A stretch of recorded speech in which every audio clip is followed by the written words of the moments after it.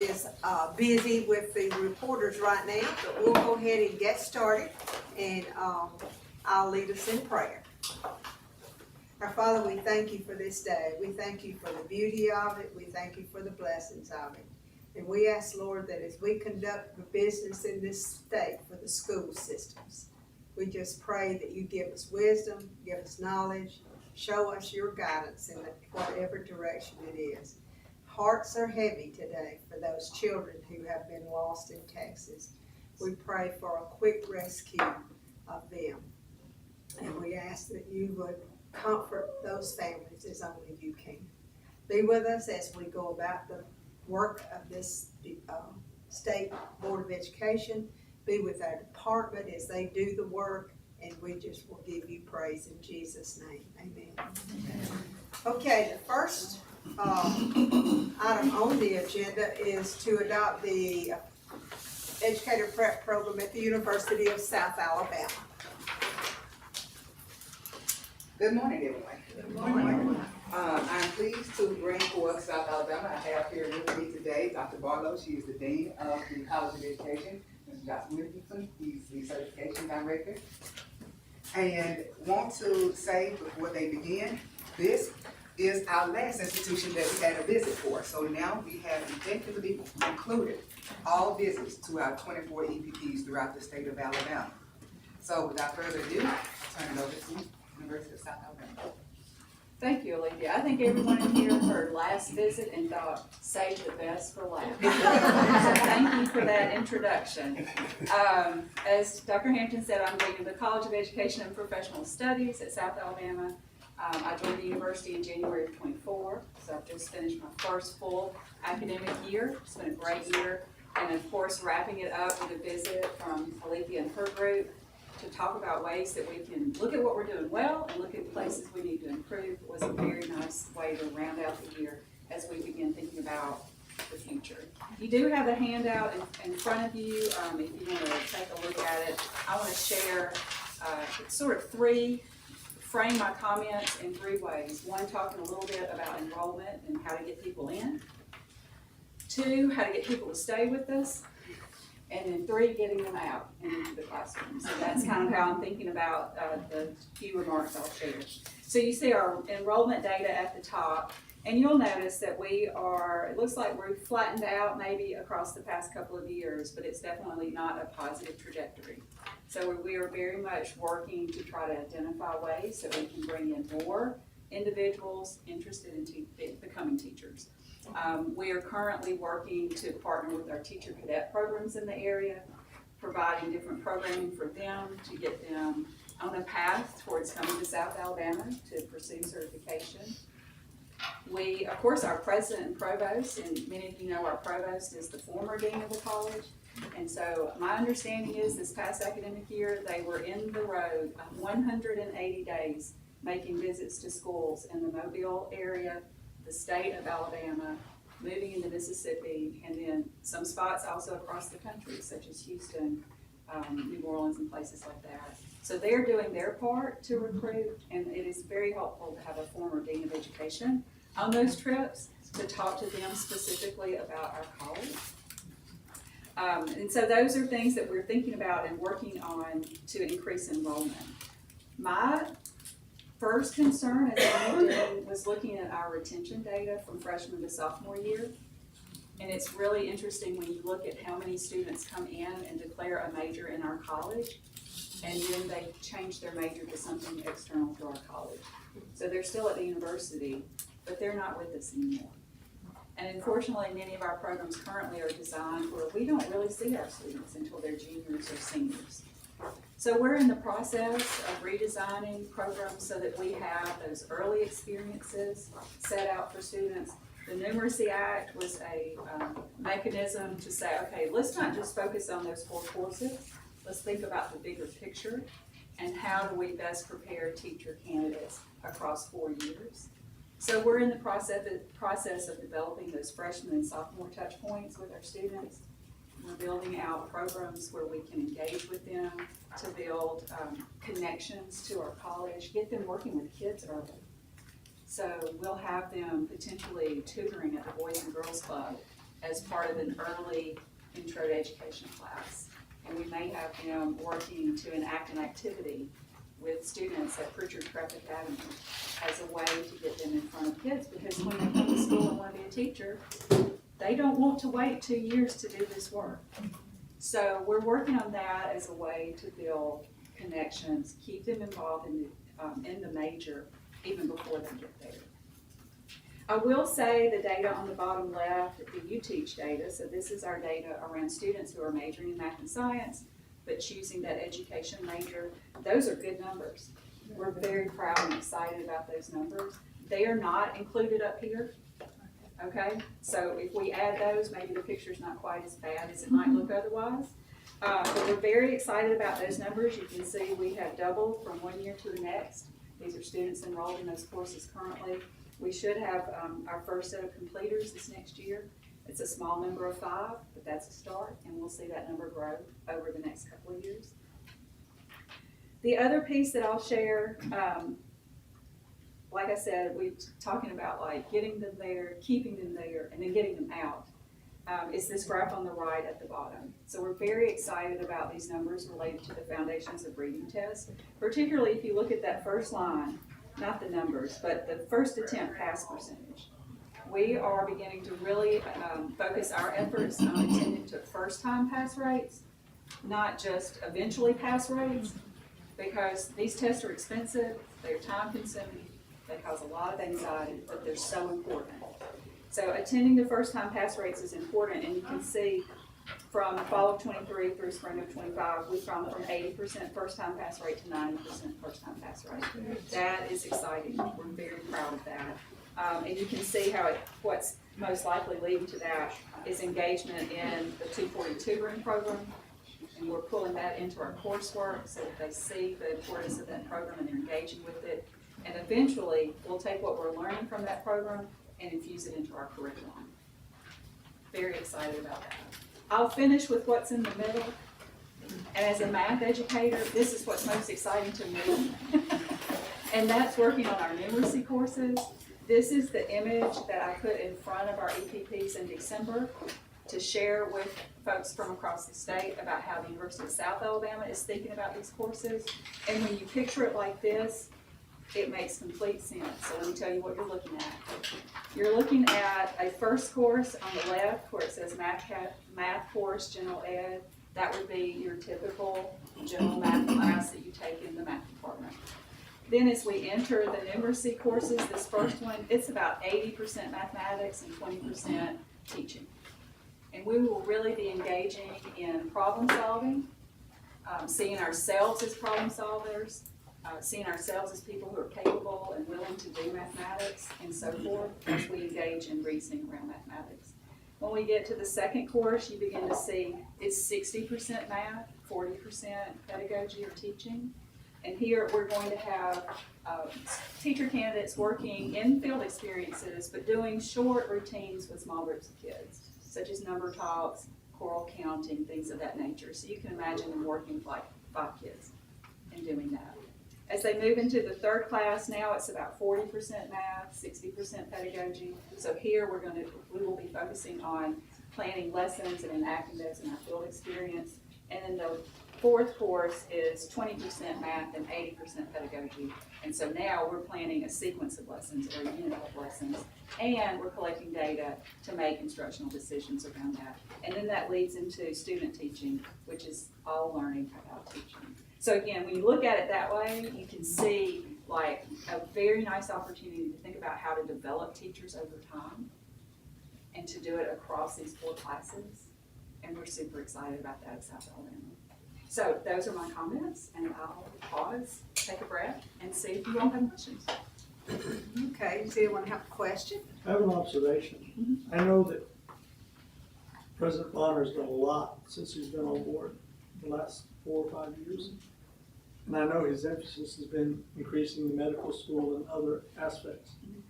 And your reference to the decline in your Class B enrollees from 20 to 24 is about 20%. Do you attribute that to some of his emphasis and the students seeing the broader opportunities scientifically and otherwise at USA? or for some other reason? So I think nationally, we see the same decline, and I think it's a lot of the different pieces that you're talking about, in terms of broadening opportunities and people seeing themselves as doing different things, beyond teachers. So that's something that's happening across the nation. That impacts us always as we see quality people entering and seeing the varied opportunities that people, their intellectual level. And that's what you can see with your pass rate on the NCLEX, which is another indicator of the quality of students you're recruiting, Yes. that they're inversely proportional and maybe reflective of just choices. And maybe those that stay past college will be retained.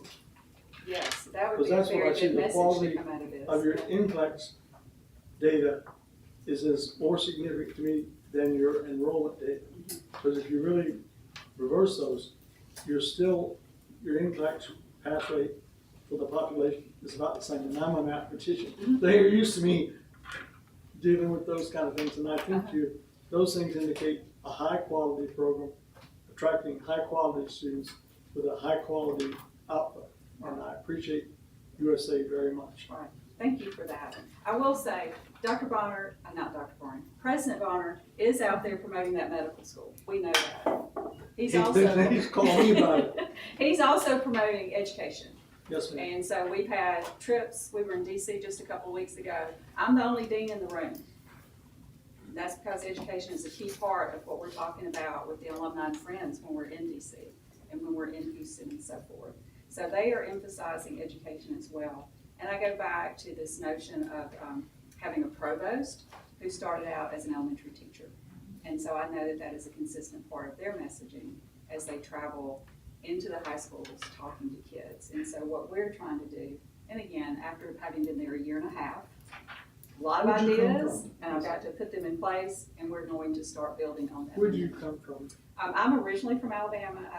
Before you went to USA. I was at the University of Central Arkansas, and I was dean of their graduate school. Thank you very Yeah. much. Great Yeah. background. Thank you. Yeah, thank you. Your enrollment numbers look great. I was looking at your Class B for fall 2024, 469. Of those, how many should be completers or were completers in the spring? How many did we complete? Well, they would have been, I guess. Not sure. Okay, I just wondered. Okay, I just wondered about that. Numbers look great though. Thank you. I see the completers with the other program you teach. I saw that. Have you had any interest from the other EPPs regarding your numeracy courses that you're developing? Yes, yes. So we started in probably August of last year. I just called up friends from about 4 other universities, and we started meeting like monthly over Zoom, just trying to understand the guidelines and sharing what each of us were learning along the way. And then in December, hosted a workshop where we had representation from all EPPs at South Alabama on our campus. We fed them well. That always helps. But we really dug into what it means to integrate content and pedagogy. And that's the really new part. This is exciting. Alabama, y'all know this, Alabama's leading the country in this way.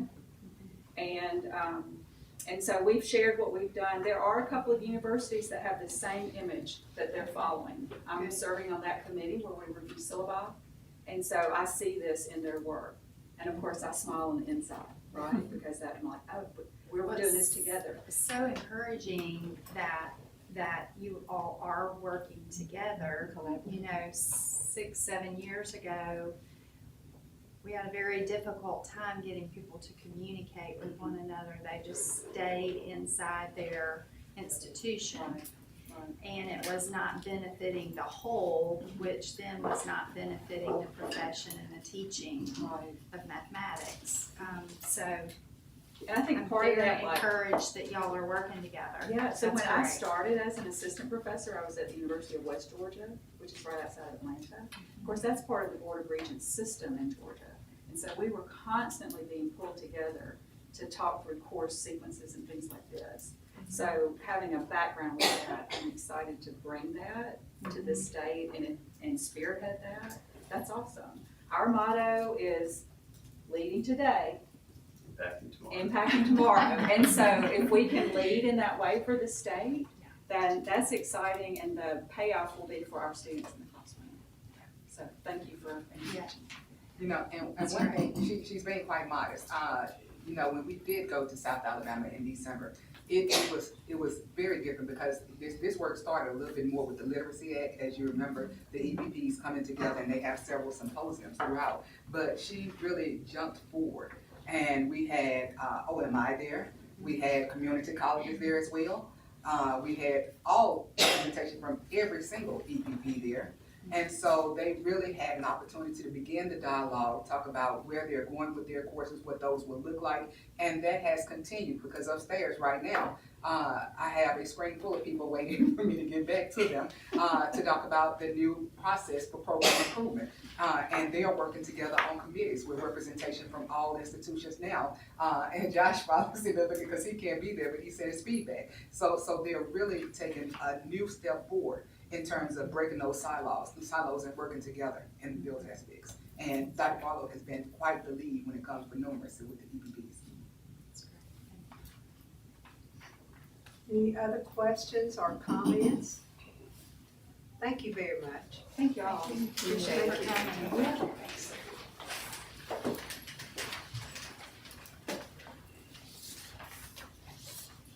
Okay, I think it's me.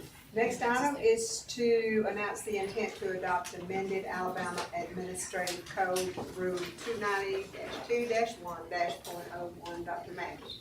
Okay, thank you, Ms. Manning. So I'm going to go into teacher mode again. The rest of the items, I think, are mine to discuss with you. Just keep going. So, and there's a lot here. A few of them are things, there'll be voting items coming up. Let's move around here. I always feel more comfortable here because I can see the folks on this side. So if you, this is, again, I realize I have 2 new board members, so I'm going to go through everything that we do annually. This is an annual approval. So the foundation program, the big funding law that goes back to 95, annually has to be changed by the legislature when they come in and they, change the numbers. But then the board is actually, under the foundation program law, it's the board that's charged with giving the funds out to the schools. So we have to update. Most of the updates you see in here they're truly clerical. So they're moving from FY24 to FY25 to FY26. But there is one paragraph that's a bigger addition. The legislature changed the way that funds are to be spent, the teacher classroom instructional supply funds. So you see that, I think, on the second page. It's on your assembly, and I also have a few extra copies if you need one. We wanted to be. It's on page 3. Tina was very careful about that in case we had any issues. But yeah, so you see the change. Funds for classroom materials supplies shall not be used to maintain, repair, replace technology, equipment, or devices or instructional material that's mandated by the State Department of Education or used in the classroom to provide instruction for students. I'm not actually sure the beginning of that. We don't know exactly what. In other words, we don't have any complaints that anybody was misspending the funds. But there was a change in what you recommended to the governor and what she recommended to the legislature and what the legislature passed. And that is that we had a lot of people in the field, teachers and principals and superintendents, reach out to us and say they wanted to add back in an old line item that's been zeroed out for years. It's called common purchase. And it's copier lease money. That was money that most of the schools used to common purchase, so they could lease copy machines together and not take it out of the teacher instructional supply funds. So you may remember we asked for $1,000 per teacher instructional supply, and I think 200. My memory may be wrong, but I think we asked for 200 a teacher for common purchase. When it all kind of got moved around, what happened was the teacher supply money got reduced from 1,000 to 900, and then they put that other 100 into common purchase. So it was just moving money around. It wasn't additional money. And then when the final budget came out, they had gone back to $1,000 per teacher for classroom supply and eliminated common purchase, which common purchase has been zeroed out for a number of years, probably 6 years. So we're gonna, so next month, y'all know in August, we start building the next budget. So I'm gonna go back and try to find out exactly if there is somewhere out there a hitch that I don't know about that somebody's just dug in on, we're never gonna fund common purchase again, then I need to know, because nobody's ever mentioned it to me. So I'm gonna find out about that, and then, if there is some issue here, we'll get to the bottom of it. But we're not, so that language is fine. It is word for word what's in the law, so I'm preempting a question. I'll be glad to take questions, but I figured some of you were gonna ask eventually, why are we adding that paragraph in? Well, it's just a change in the law, and so the administrative code has to mirror what's actually in the changes the legislature made. But it's really not overall, it's not a big change to add that language, and obviously the teachers are getting their $1,000 again, which is what you originally recommended. So that was a big win for that. So that's the foundation program allocation.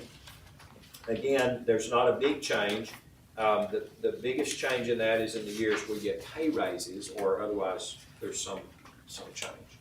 Okay, the next one though is related to it, and that is we're adding a new section to the code related to the RAISE Act. So the RAISE Act, remembers the additional money above the foundation program.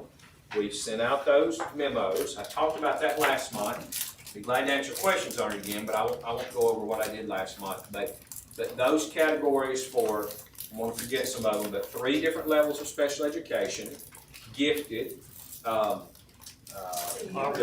poverty, and EL. Is that all of them?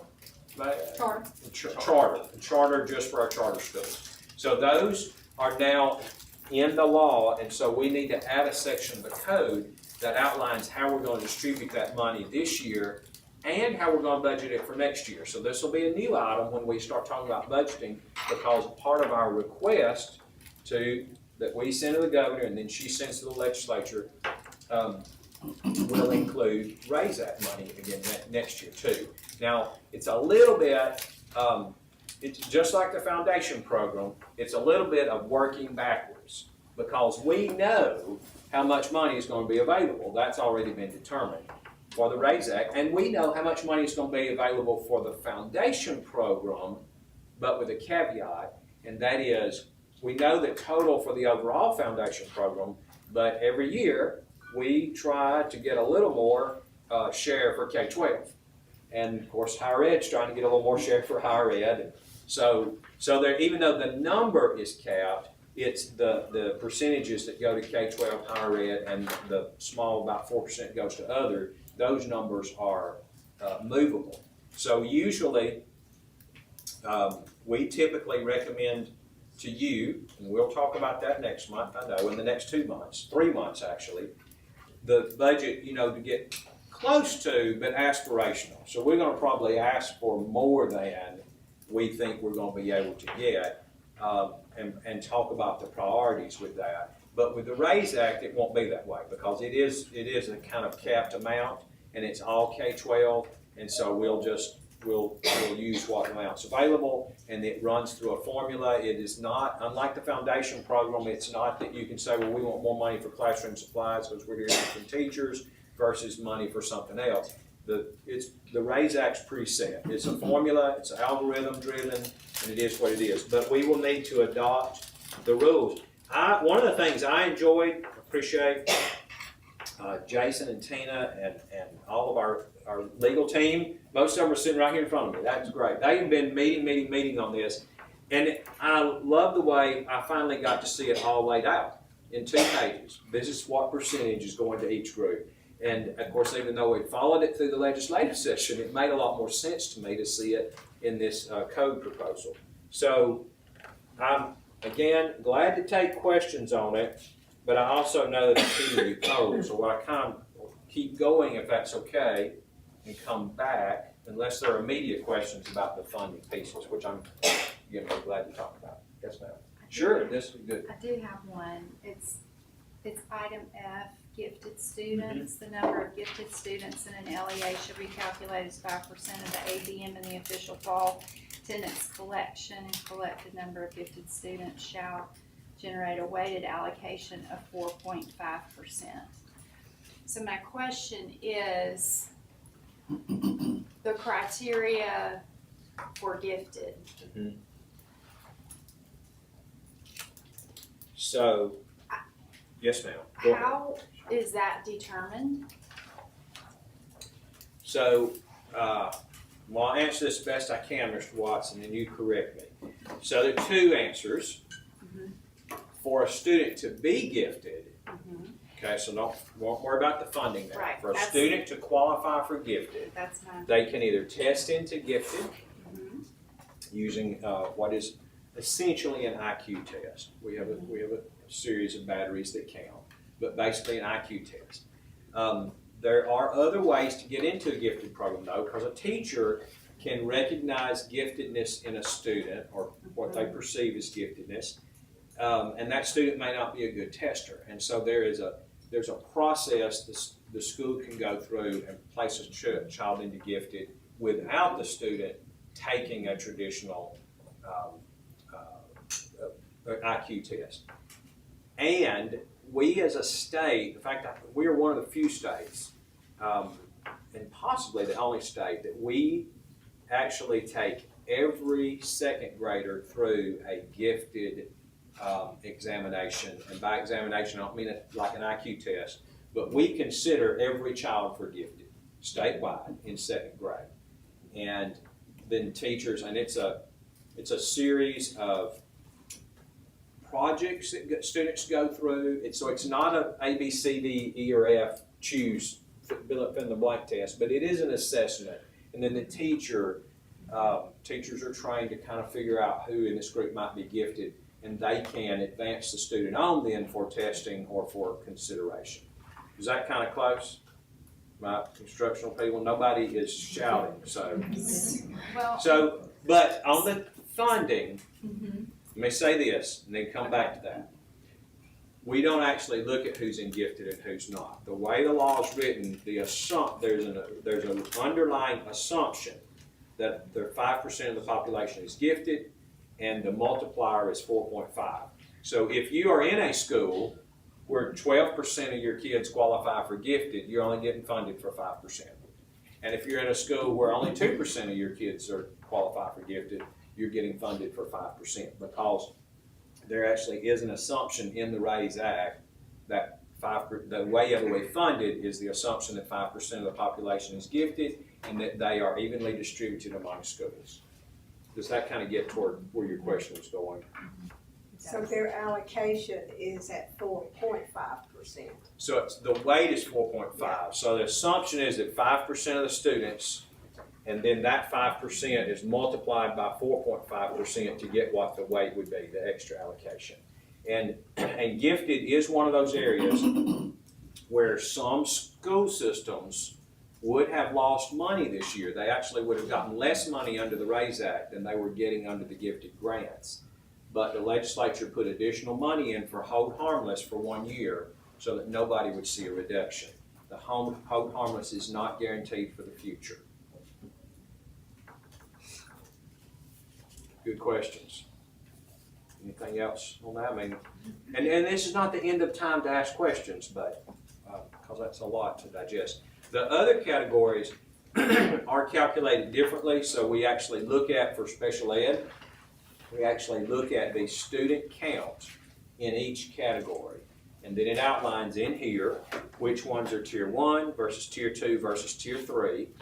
And so we actually look at what we call child count. So we have to do a survey of all students every fall for the federal government.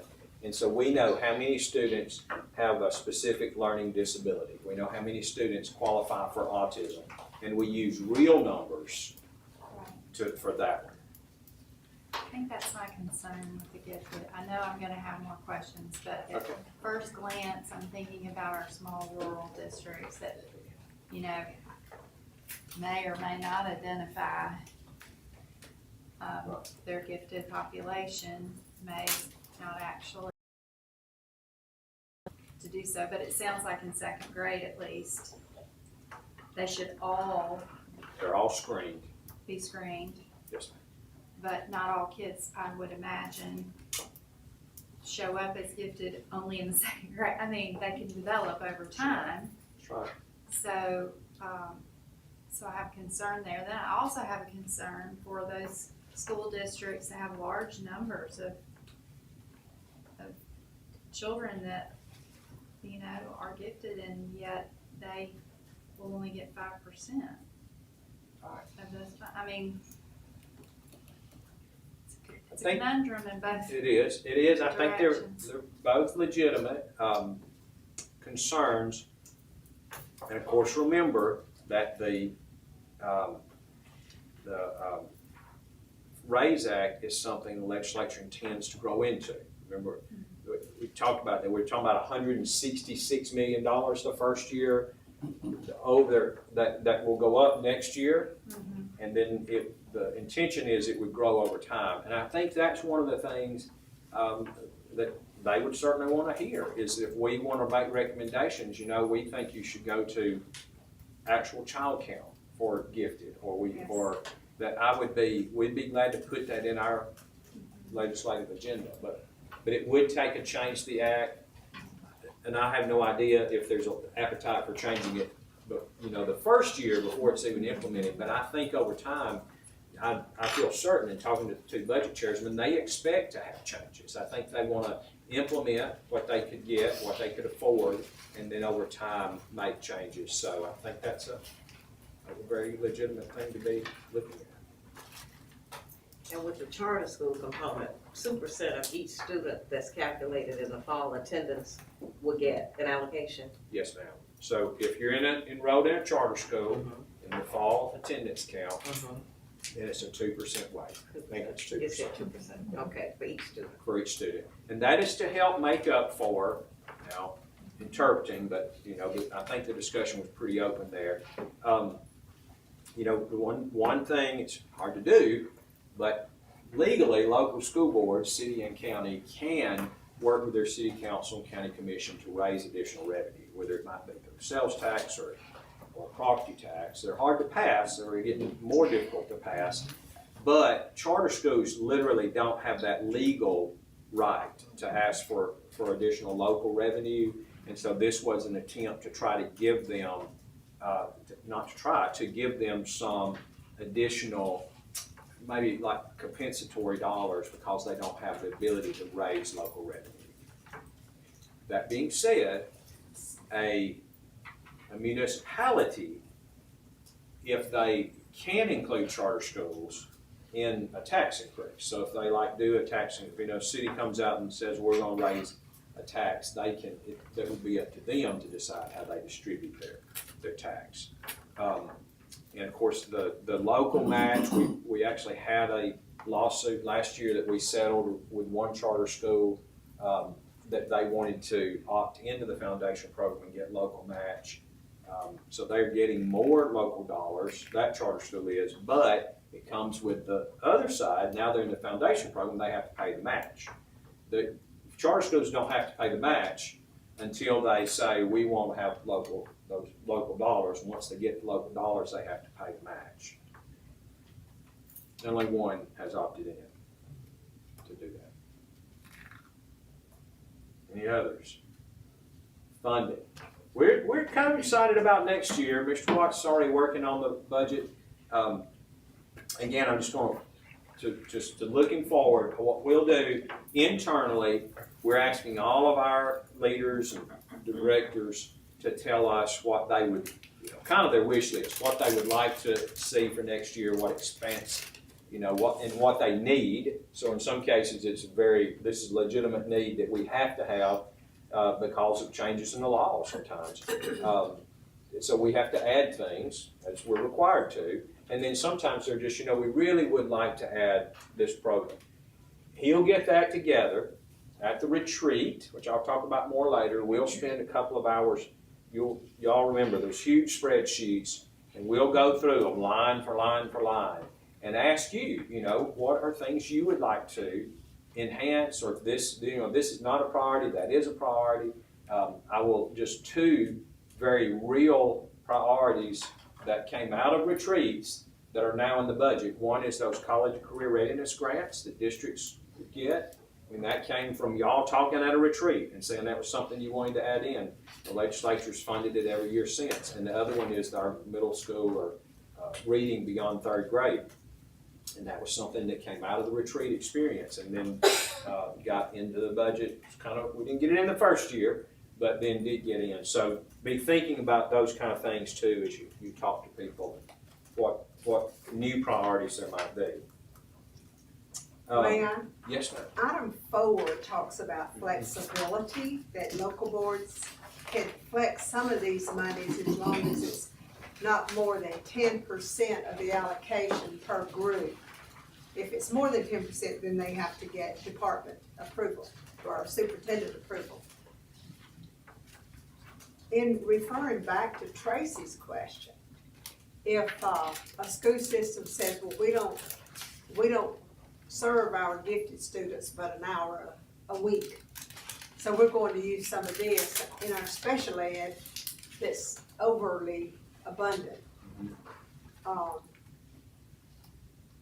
Hopefully we won't approve any more than 10%, since the law approves 10%.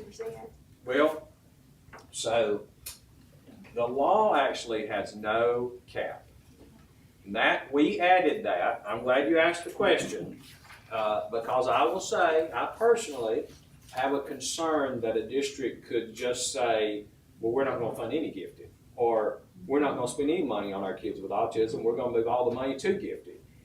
I don't, I think by and large, the great majority, overwhelming majority of our superintendents and boards and CFOs are not going to do something like that.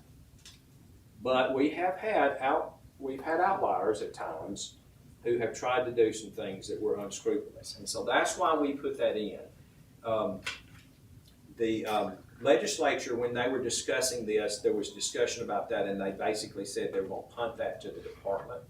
And so we added this in to say, if you're going to do more than 10%, then we at least need to know about it.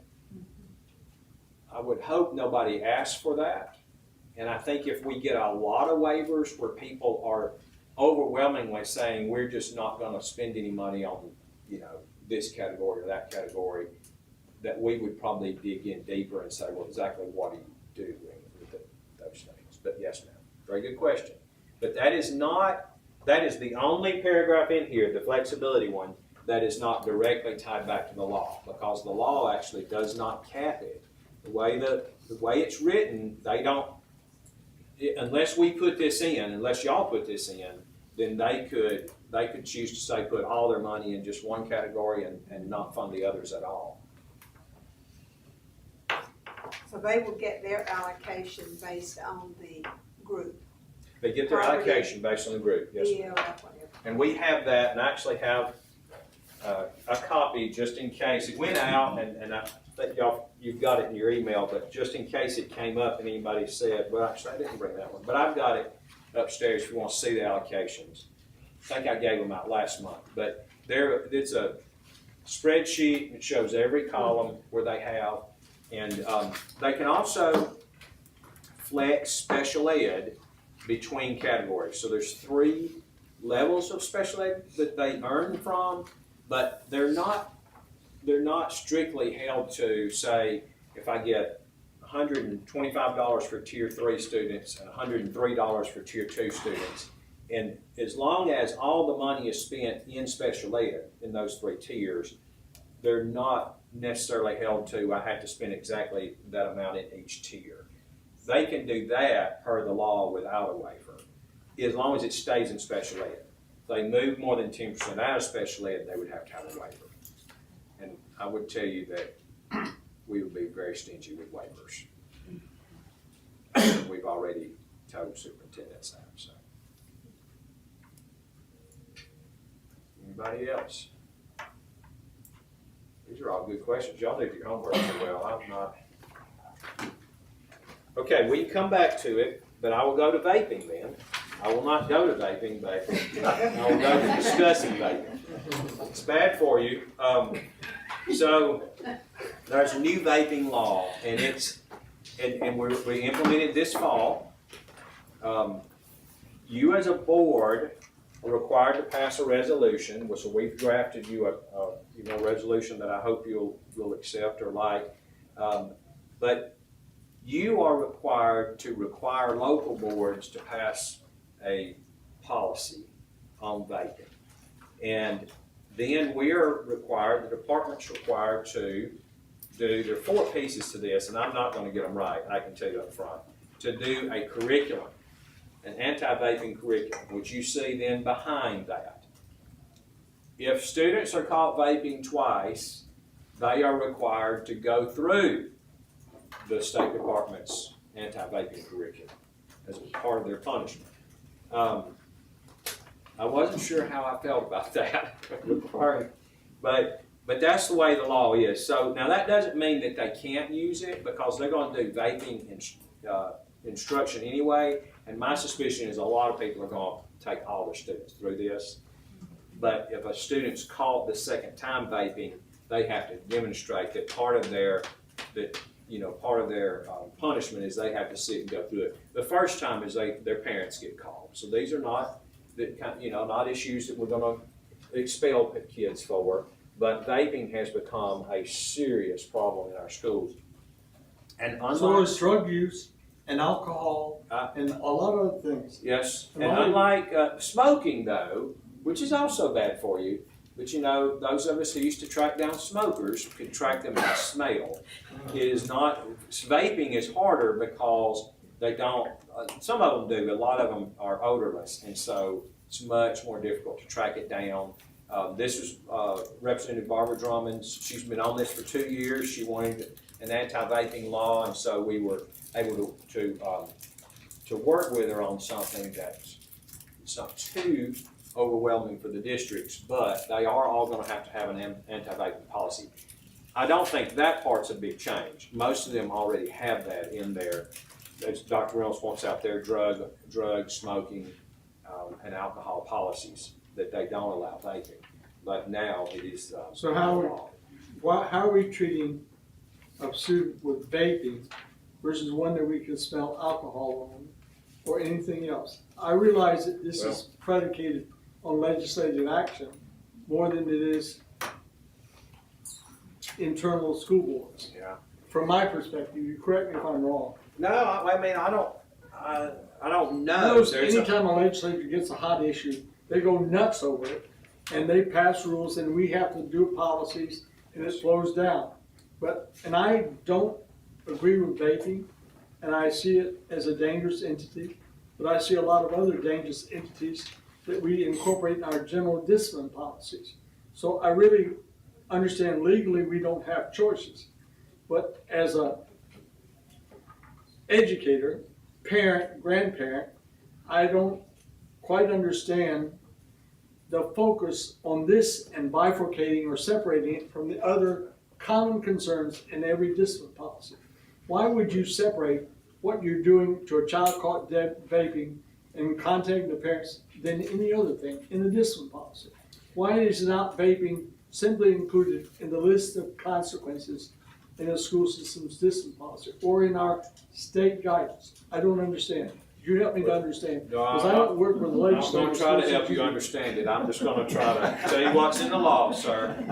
They have to have a model policy, and we've got they have to have a policy. We developed a model policy. Y'all know that local boards they're never required to adopt the state's model policy. They're required to adopt a policy. And I think to your point, Dr. Reynolds, what they could do is say, we already have a policy on drugs, alcohol, smoking, so on. And what we're going to do is we're just going to put that into our current policy. But we had to develop a model, so we've got a model in here that includes Item 2, second offense, watch the state PowerPoint.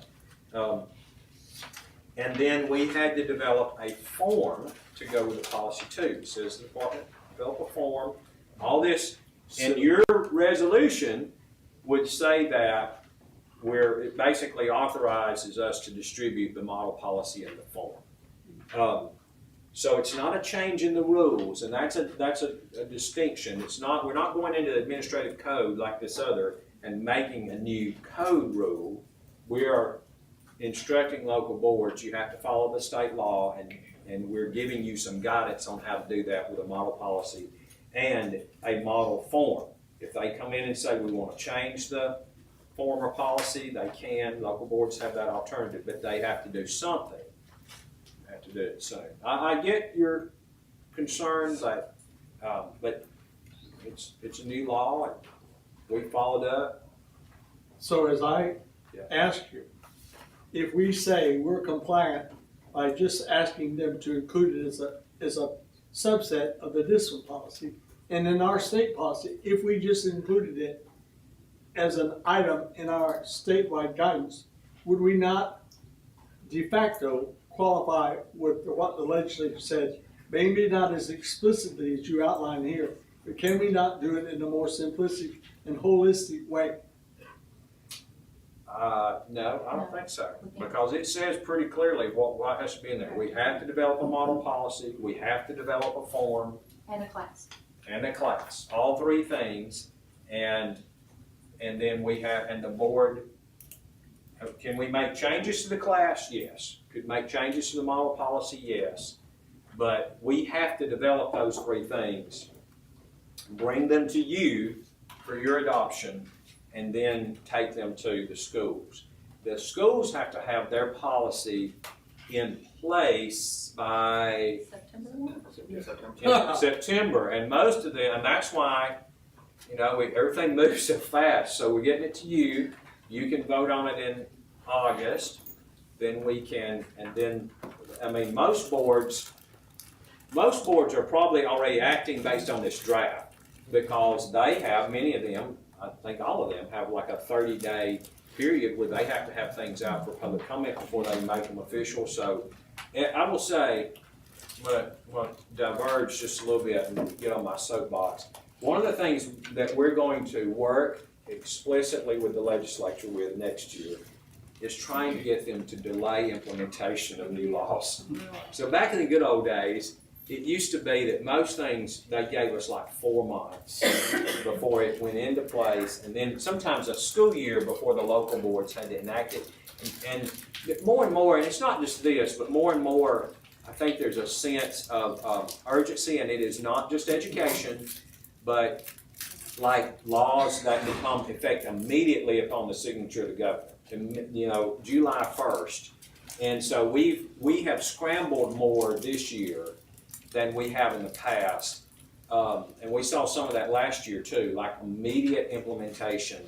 Some of y'all remember back to like 3 years ago, the Numeracy Act. I'm looking at Dr. Anderson back there. Like it required us to hire a director faster than state law would legally let us hire somebody Or the because of state the law posting funding. requirements and all. And I talked to the budget chairs and I said, we can't legally comply with this law. Like one of these laws we cannot comply with. And they said, those are just kind of guidelines.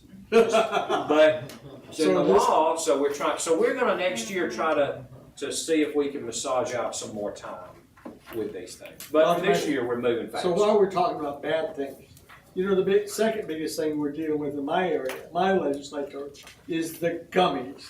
Gummies. Yes, you don't know what a gummy is, so I do know what a gummy is, yeah. Well, like marijuana. Oh, you're talking about not just like gummies. That's more serious. Drugs. That's more what? You're talking about drugs, laced gummies or something. Yes, sir. Go ahead. More serious than this. Much. I think there are already laws to deal with But that. they're taking some of those out of service stations and maybe. Right, if we're gonna educate our children about something that's been going on for a decade, vaping, why are we not, as a body, looking at the concept of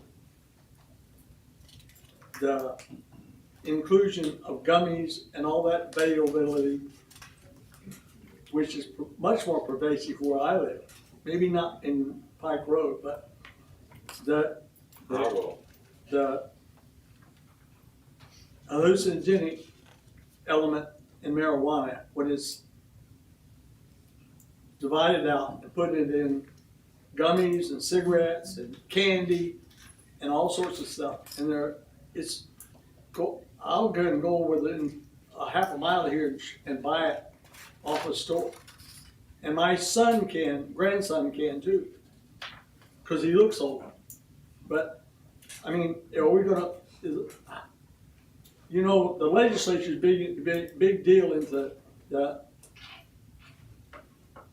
content of gummies. Am I the only one that's heard about this?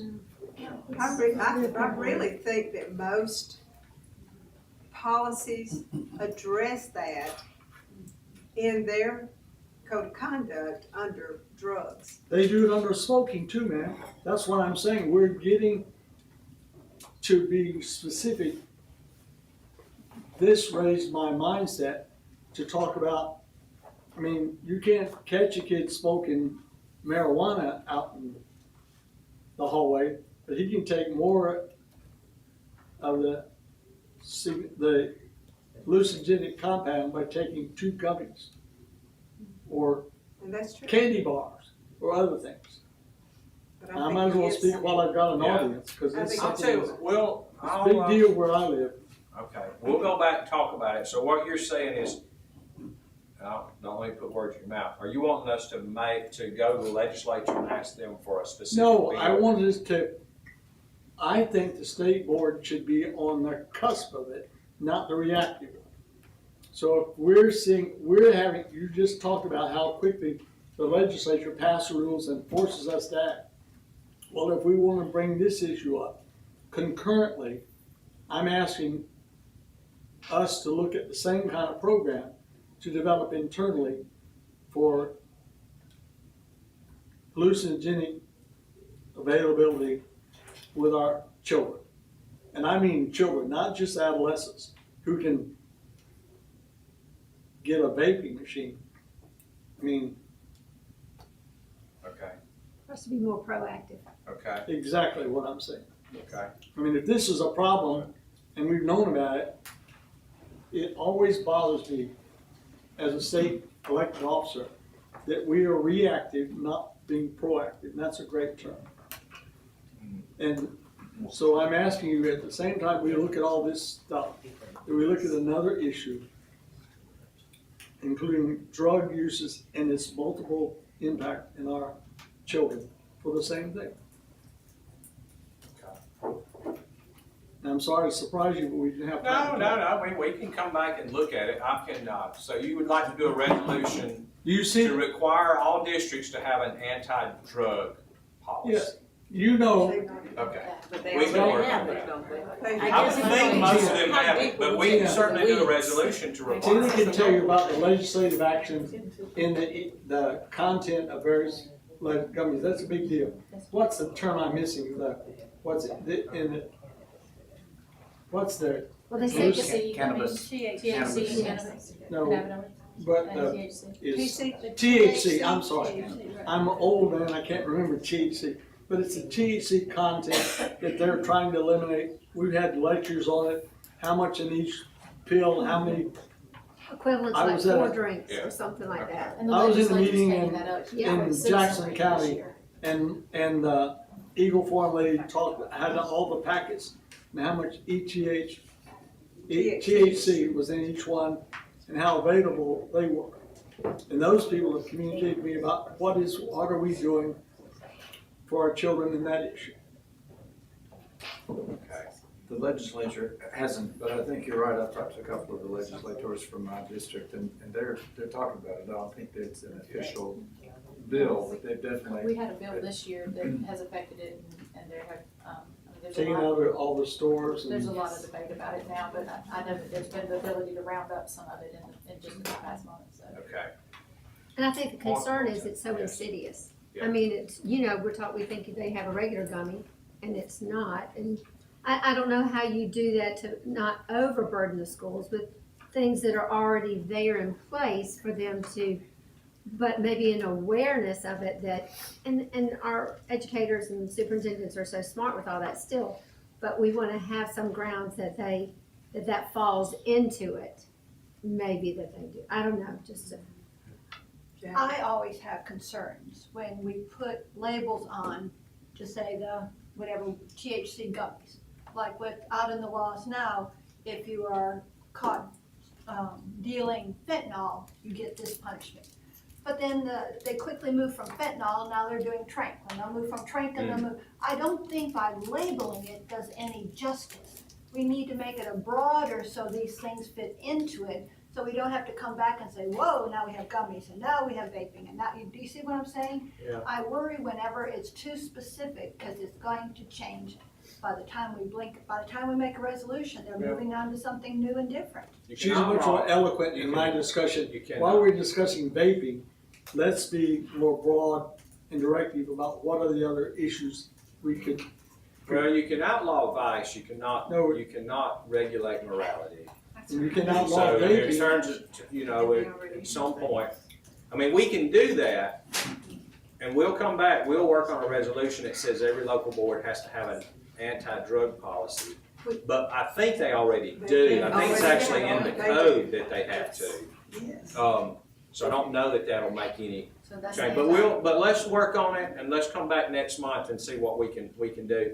I know that, I do get also the underlying frustration, well, I would say almost all school boards, I cannot imagine there's one that doesn't already have an anti-vaping policy. Most of it included in their smoking prohibition.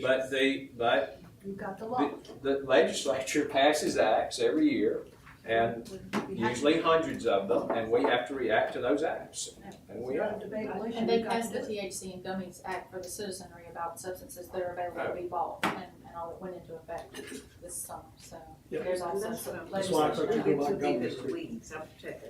Yeah, we don't wanna get too this is more specific than what we would normally do. But the law requires all So those we things. have to, but I'm saying with the Yes. gummies, I'm just checking with Right, some of my people, right. and I think they already have something to talk about. I'm sure they. Okay, well, let me do some research on it, and we'll, One question. yes, ma'am. Under, the vape awareness education, is that something that we're going to incorporate into our health education class? Which only one grade really takes.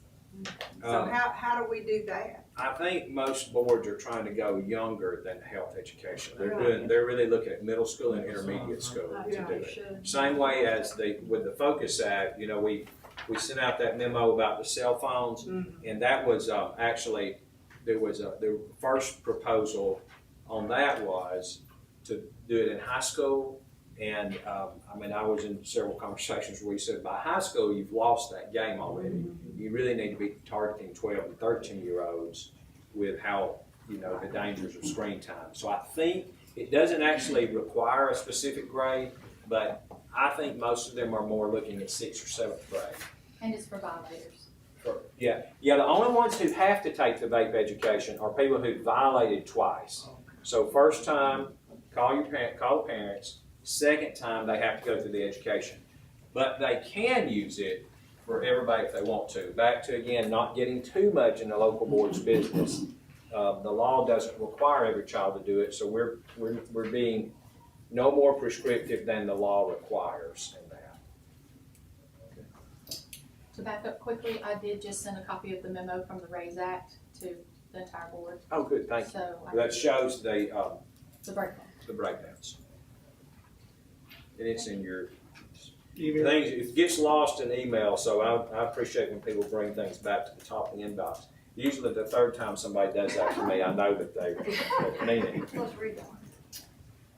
Okay, Attendance Awareness Month, that's just a resolution to recognize attendance awareness. But look at the second whereas there, it's something you should take pride in, because y'all been talking about this and pushing. And Alabama did reduce our chronic absenteeism by 3%, 3.06%. And as you know, we're now tied with New Jersey as number one in the nation on attendance. And so we feel good about where we're headed. But I remind everybody, attendance is still poorer than it was pre-pandemic. So if we look at our attendance now and we compare with the rest of the states, we are shining like a star. But if we look at our attendance now in all the states and where we were in 2017, it's not as good. And so we want to continue to do that, so we draw awareness to it. September is actually Attendance Awareness Month, but we'll do the resolution in August so that we start drawing attention to it ahead of time. And there'll be a lot of activities in September around attendance. What was the rate in 2017? I'll have to go back and find it for you, and it's also presented differently because now we focus on chronic absenteeism, so the number of students who miss 10% of the school year or more. Back then, we looked at just what we call the absenteeism rate, so the number of days absent.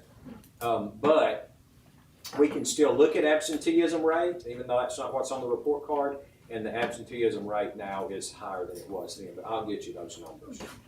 Yeah, that's a very good question. Very good question. The next one is a bit complicated again. It's a new law about paperwork reduction, and it creates a great deal of paperwork for us and for the teachers on the committee. So the Teacher Paperwork Reduction Act creates a committee. It's very complicated. So we have to do an application, and then we send it to a certain group of teachers who qualified. Dr. Shields back there, and I don't know who worked with her, but they've been working hard to get to see. It's very specific about there has to be certain percentages. So it's not just like a second grade teacher can be on, because you have to have, it's very specific, like what categories people have to be in. Most of the people that we wrote, and we had to do all this before July 1st again, so school's out. So now we're trying to work through like our past teachers of the year and teachers that we have contacts with. Most teachers have said, absolutely not, I will not be on that committee because it's just more time and work for me, and I'm already overburdened, much less to serve on the paperwork reductions. But we were able to find this list. This is a minority of the people who were contacted and begged to serve, but again, most people don't want to serve. Now, eventually that will broaden, because in 2 years, in 2027, the law requires us to do a new application and to try to replace all these people with a new committee. Well, we're already talking. I'm telling you, in the 26, 27 year, it'll be the 27, 28 year, we will send it out in our monthly newsletter to teachers. We will go through, there'll be a lot more, that we can do. But for this summer, we only had 2 weeks and had to be done. And so this is the list of everybody who qualifies. Like there were other people, I'm told, a lot of curriculum directors who said, yes, I would serve, but the law doesn't allow but one curriculum director to be on the committee. So we had to tell them no. So there were other people who were willing to serve, but they didn't meet one of the criteria of the law. And then in the areas we were trying to get, we were not able to find people. It is not an equal distribution, as you'll see. I point out District 3, we were that was where I think we had the most people we asked, but only one person agreed to serve. And then the makeup is just not as good as we would like. And if we had another year, we'd go throughout the school year and all, but we don't, because the law requires that this be done by July 1, that we bring you a list, and then the board has to vote on the list, and then the committee has to meet, and then they will start doing quarterly reports, and that's one of the reasons nobody wanted to serve on it, because the committee members themselves have to write these quarterly reports that come back to me, and we'll, So anyway, what they're looking at is there old-fashioned paperwork still out there that can be digitized? And so I think that the premise of that's good. Are there forms? I recall, here's a good example. At one time, most of our districts, and maybe some of them, are still requiring teachers to send home the home language survey. So we have to ask every student what language is spoken at home. And that's a form, you have to go home, and students have to get it signed, and they have to bring it back, teachers have to record it and turn it in. That can be digitized. And in most districts, it has been digitized now. It's a part of the online enrollment form. But if we find that maybe some local boards have not digitized that process, that'll probably go into this committee's report. Now, there's no requirement for the board to make a change. It'll just be reported that the district's still using the paper version. But this process will have to kind of work itself through. I think there's actually more that, a broader picture maybe this committee can really work on, because you got some really high quality people here who have, y'all recognize some of these, they've been teachers of the year, and again, many more people had said they would serve, but they've been promoted onto central office positions, and we have to be mostly classroom teachers and some principals. So anyway, all that's to say, again, this is a bill that passed, and it's got to be implemented immediately. And so we just have had to do the best we could for the first round. The next round will be different. Dr. Long, yes, sir. Is the intent of the law to reduce paper or paperwork? Is it unnecessary forms and things that have to be done? To me, I'd like to get rid of paperwork. I'm not opposed to paper. Yeah. But is that, what's the law for? Are we trying to get rid of things that are outdated, unnecessary, could be done without totally? I mean, that's paperwork. I think that whether you digitize it or have it on a piece of. Good question. I think it specifically says paper. Doctor, I see you nodding, and Tina's also been involved in this. Do you want to say something, Dr. Shields? Yes, sir.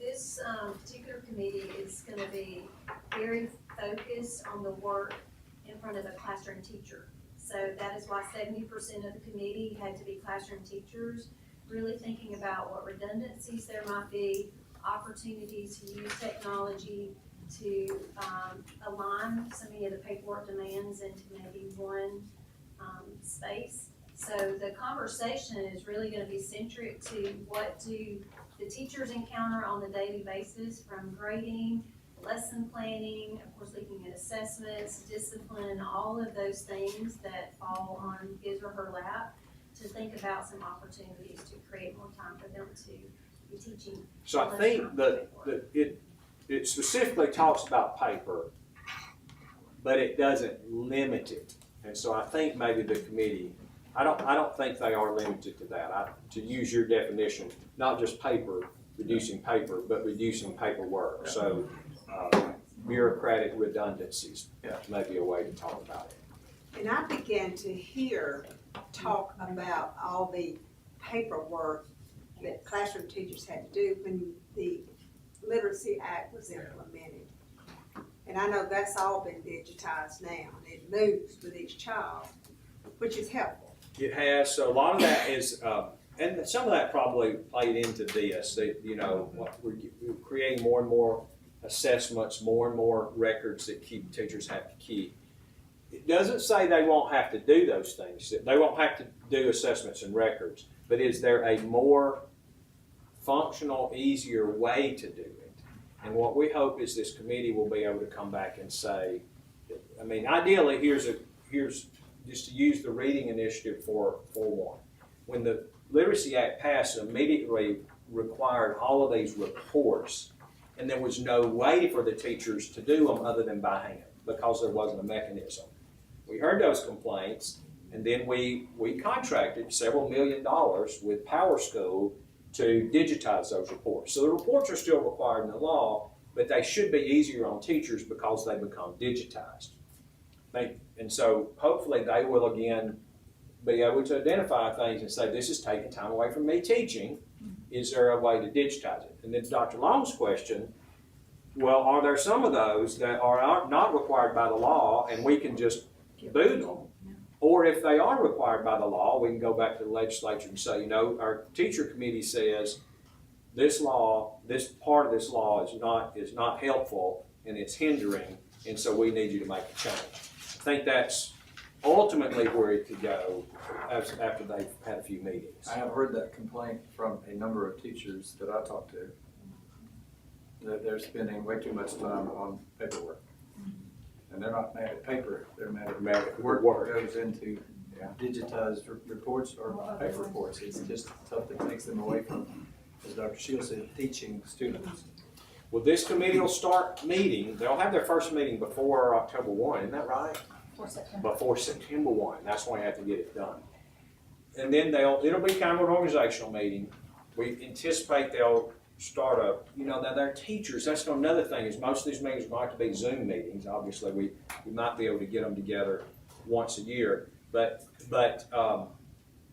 anyway, throughout this year, I see that they'll probably be reaching out. The committee will be trying to do some. It might be surveys, it might be some other way, but trying to figure out identify what are those things. Because that's the whole point, I think, is how do we reduce the burden on teachers? It does exempt, make this clear, federal paperwork requirements. And most of the paperwork problems most of the complaints that I hear are federal requirements. And they're not, and the law does exempt federal. So we're only looking at state. State or local district created issues. But we'll work on it. I don't think I know I'm saying that kind of tongue in cheek, because I think that there'll be some identification of federal issues that will come out of it, a lot of them. And it doesn't mean we can't forward those on to our congressional representatives, but we can't actually deal with those because they're federal. It's exempted in the law. Dr. Mackey, Yes. I would hope that as part of this and understanding exactly what Dr. Long is referencing, that some of the technology that we have can fill out some forms. It's like when I get certain requests, if I put one thing in, it populates that. And I know that there are many forms that we have could be self-populating and technologically reduce the amount of keystrokes, Does Powell Which still do that? which I relate to Does a paperwork. lot. So that's where we've been able, like on the Reading Act, Yes. that a lot of that has been digitized, and so it uses the classroom assessments and all the things the teacher's already done, and it does pre-populate those forms like you're talking about. But there's going to be more stuff right out there. I don't have no doubt, and I'm glad they're going to be able to identify some things. My only hope is that it's going to be stuff that we can react to immediately and say, yes, we can either digitize that, or we can go to the legislature and ask them to abolish that, or we can, if we find out it's something that only happens in that local system, we can go to that local school system and say, here's something teachers across the state don't have this issue, but teachers in your county say this is an issue. I think it's going to be good. I wish we had, again, more time to get the committee together and all, but this is what we have. This is not anything dissing this committee. I think this is a good group of people, but it's been hard to get. It's been like pulling teeth to get this group together. It's an impressive group that even agreed. I looked at the three from Yeah. they're good people. Good luck. And again, the ones that, we did have other people who said they would serve, but they didn't meet one of the roles that's stipulated in the law. Okay, well, I think we talk about test scores next, is that right? We have a second to go get coffee, No. it wasn't ready. when- Yeah, I'm good with it. I'd like to have some more coffee too. Do y'all want to take a little break, do a coffee break, and then, or you just want to get up and go if you want to Yeah, get some? go. It's 20 till 12. I really think, we'll go late, but if y'all want to hang with me and go through, oh, thank you. I'm getting a little parched. Who else needs? We could break for lunch, maybe, I think by 12:15 we'll be done, and then not have to come back for 30 minutes. Preach on, brother. Preach on. Okay. Okay. Okay, I don't think, Charles will probably have to advance it for me, or somebody back there. Shane, you back there? Oh, the clicker's over here. I see it now. Let me come and grab it. I should just make Dr. Reynolds reach over there and put him in charge Well, of the you don't have slides. to make me do it. I volunteer. Hand it to me. That way. Oh, no, I was kidding, I promise you. You I only wouldn't finish in give a you hurry the to give the clicker to me. No way. Be careful Okay. what you're asking. I think we're gonna be, is assessment this one? So you going, do you need to open it or can I change? I think the mouse battery died right there. Oh, the mouse battery I died. cannot get it to Sorry. work or save my life. Hmm. Okay. Can I, okay, there we go. Can I, is it touch screen? Can I do Let me that? see what. It'll work right here. There we go. Now, okay. Thank you.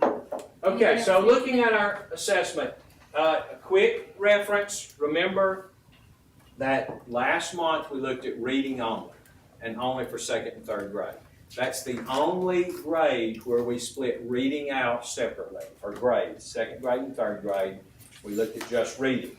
Takes a little more time to do this. So today we're going to look at English language arts, which is reading, but also writing, spelling, literature, all those other components, and math and science. All the numbers, and they're in your assembly, by the way. But here's the way I look at this multiple ways. It's good news. So first of all, look at level 1. That's the lowest level, well below proficiency. In 2024 to 2025. So are we seeing fewer students who are well below proficiency? Or as the NAEP would call them, below basic even. And we are. And I could not believe this. Very happy. So in second grade, we have a 1 point drop. Third grade, a 1 point drop. Fourth grade, 3 points. You see though, in every grade, when we look at 24 to 25, same exact test. Remember, thank goodness we finally got to the point we're not changing tests. So we see fewer students in level 1. Go to level 2, which is also below proficiency. We see kind of the same thing. Here we've got an inch, but for most grades, we see drops. So from 24 to 25, we have fewer students below proficiency. Now when you come over here, the last chart, this is your cheat sheet. So this tells you that. So proficient is by definition, by our definition, levels 3 and 4. So second grade, we had 59% proficient in 24, and this year 60%. Every grade had a growth. And some of them, what we would call statistically significant, like fifth grade, 4 points is big. Some of them are pretty close. Second grade, that is growth, but it's not really that significant. Seventh grade is a big one. Seventh grade had a big one, but you're going to see that did not hold true in math. It did not. But it's good. That's seventh grade math is an interesting thing because we saw a drop last year there, but they made rebound in eighth grade. So we're not sure exactly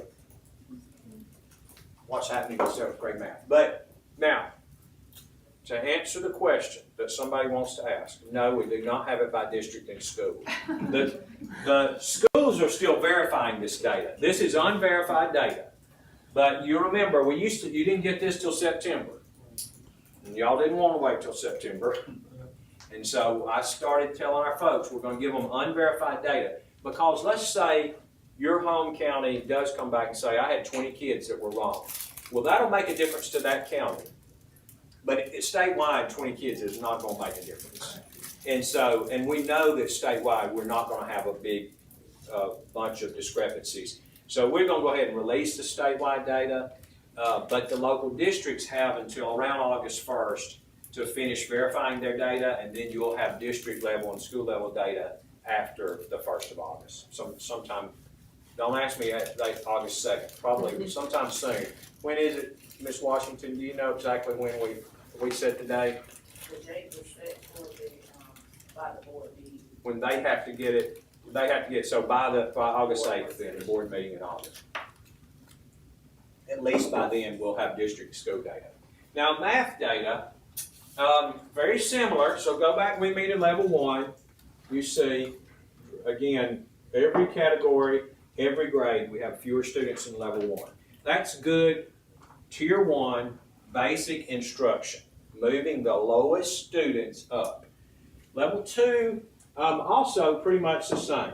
You see that there's no category where it goes up except 7th grade. In 7th grade, we saw this jump, level 1 students in 7th grade, statistically significant drop, 6 points. But what this tells me is that a lot of them move from level 1 to level 2, which is still below proficiency. They're showing growth, but not the growth we need to move. We didn't move enough kids out of level 2 to 3. So when you get over here, it balances out 24-24. There's no statistical change at all, even though we show a lot of growth here with the lowest performing kids.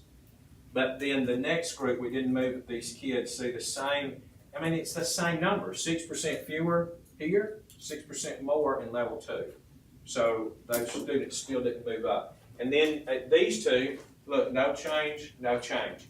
So a bit concerned about that. And again, 8th grade, we saw some weird things here. So level 2 went down like we would want. We want to see a drop there. But then we saw actually more students from in level 1 in 8th grade. Now, 7th and 8th grade math has always been an anomaly. It's always been hard to measure because so many students by 8th grade, higher performing students, are opting out of the regular curriculum because they're going into Algebra 1. And the test doesn't align to Algebra 1. And by law, we have to test everybody with the same test, federal law. And I know you would say, well, if they can do 8th grade math, if they can do Algebra 1, they can do 8th grade math. But they're two very different subjects, and so they may actually, not do as well in the basic math because they've moved on to something different. That explains part of it, doesn't explain all of it. I would tell you I'm worried about this, but it's not my greatest worry because middle school math is complex for the whole country right now. There's a serious drop. There are a lot of reasons. Part of it is screen time, I'm just going to tell you. But nevertheless, as pointed out, I think Ms. Ziegler pointed out, somebody did, in 7th grade reading, we actually saw some real growth. But in math, that did not hold true. And in 8th grade reading too. We feel really good about this because we want to see all of these proficiency levels over 60%. And we're moving in that direction in reading. But in math, math, we obviously, the love for them all to be 60%, but nationwide, the numbers are just lower in math than reading. But again, we're moving toward the right goals, except in these middle grades. That's a lot of work. The story is more positive than negative. It's not all positive, but this does tell us the work y'all are doing, investing in basic instruction, high quality instructional materials, good professional development, and extra help for those students is moving students. Because these students in level 1, no matter what grade, they probably are seeing a math interventionist of some sort, either a special education teacher or they're getting maybe a Title I teacher. They're getting some kind of extra help, and that help is making a difference in moving people in elementary school. Those of you know that we don't have as much Title I support and all in these grades, and we have much bigger classrooms too. Now I'm going to stop there. Dr. Longman has a question, and let's talk about this before we look at science. Yes, sir. Do we have, I'm sure we do, but what's the comparison to 2020 or 2019 compared to 2024, 25? Are we going upward over a longer time frame? We are going upward over time. I'm going to get you some historical data. Let Ms. Washington, she'll remind me. Let's go back. It's going to be impossible to make a comparison going back that far, though. And the reason's because we went through this period. We had the ACT Aspire, which was never a federally approved test. It's just a very complex thing, and I don't even think any state uses it anymore. But we were the only state using it for a while, and the board voted to. Now, I'm not saying it wasn't a good test, and we can go back that far. That was in 2016, I think. The board voted not to do that anymore. and we didn't have another test. So we just used kind of a made-up test for 2 years.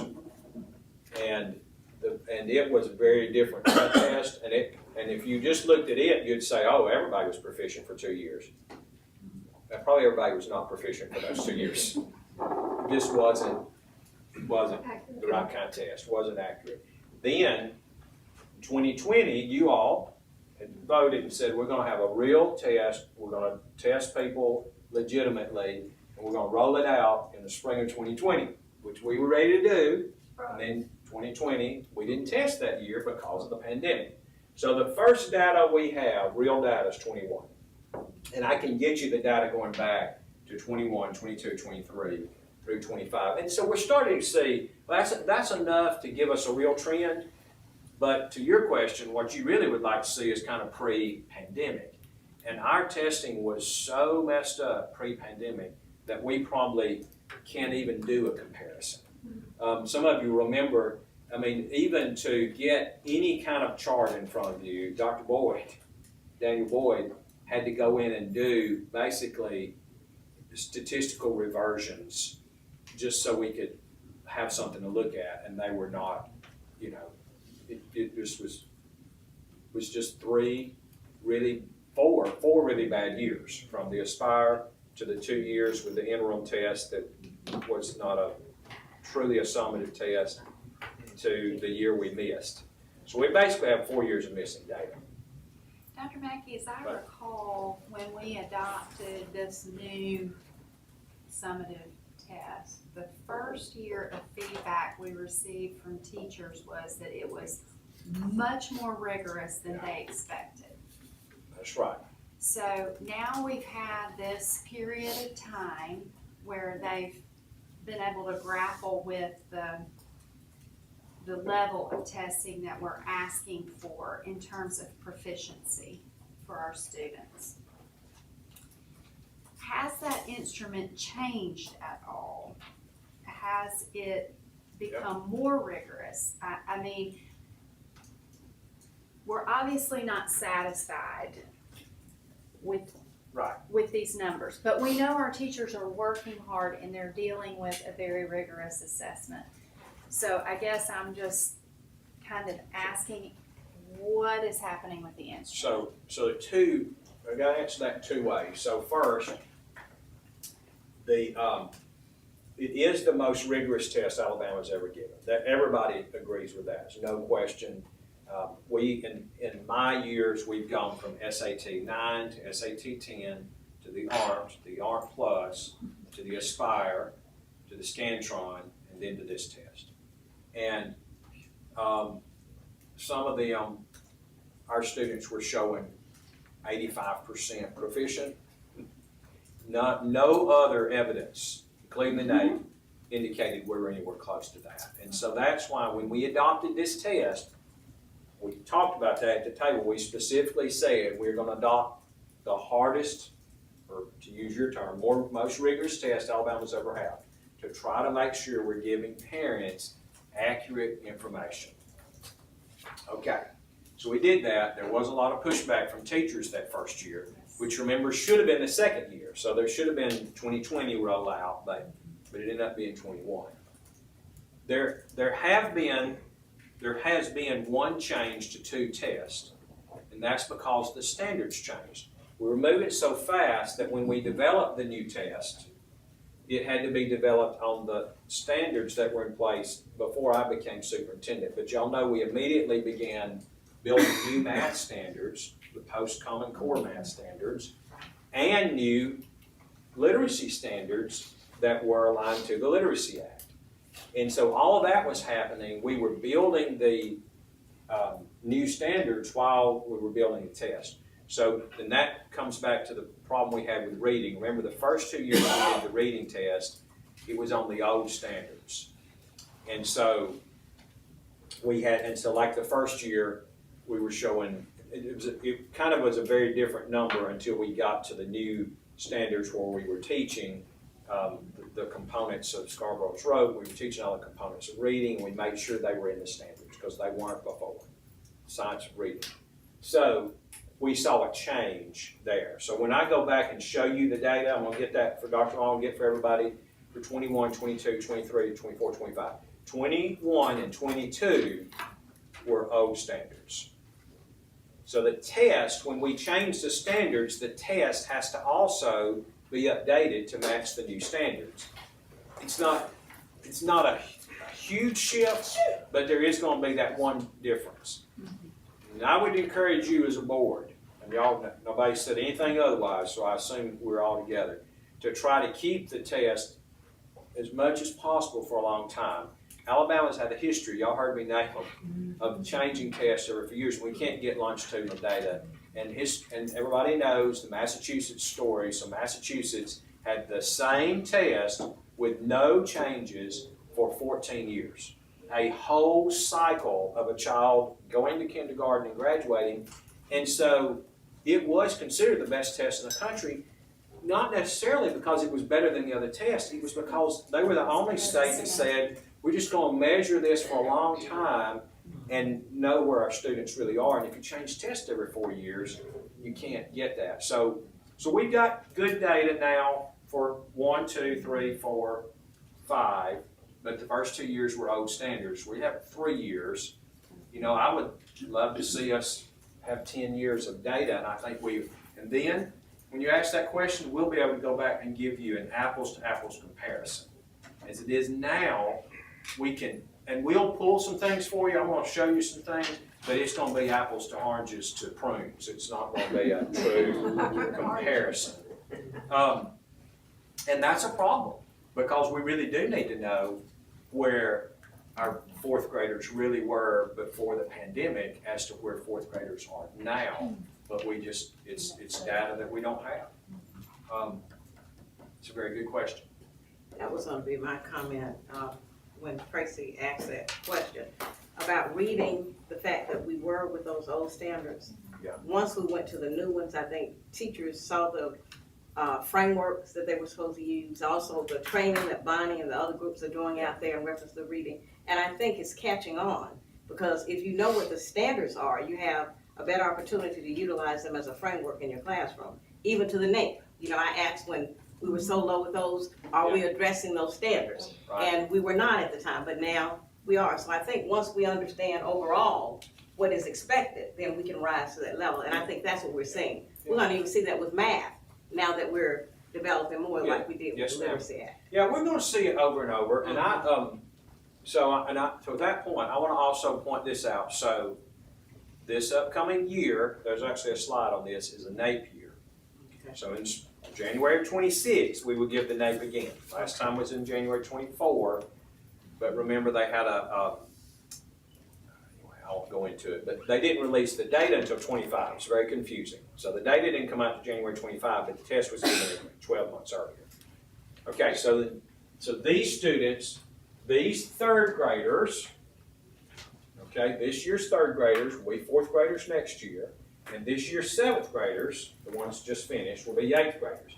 So these two groups, this one and this one, will be taking the NAEP next spring in reading and math. Remember, the NAEP is only about 3% of our students in a very small number of schools. It's not all the schools. We can't even publish the list of which schools are taking it. It's so secretive. But about 3% of our students in those two grades will be taking it. Again, I feel pretty good about that because what I see is these third graders they're moving in the right direction. I see that they've gone from 43% to 46% proficient, and next year they're going to be in fourth grade. And so, now, can I make a prediction about how this group of students? Absolutely not, because I don't know which kids are going to be picked. I don't know which schools are going to be picked, but those principals are going to get a direct communication in late July about if their school is picked for the NAEP next year. But in general, yes, I would feel good about that.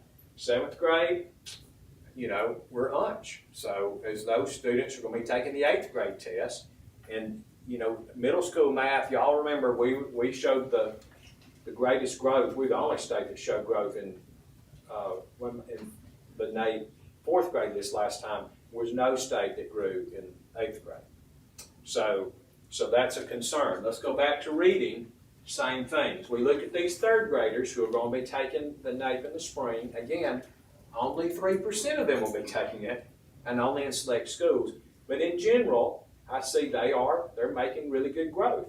We're seeing declines in levels 1 and 2, increases in 3 and 4, so I feel good about that. And a little better about the middle school reading here, because again, we showed this has begun to turn around. We're showing more growth in reading in 7th and 8th grade, which I think is, reading initiative doesn't work with those grades.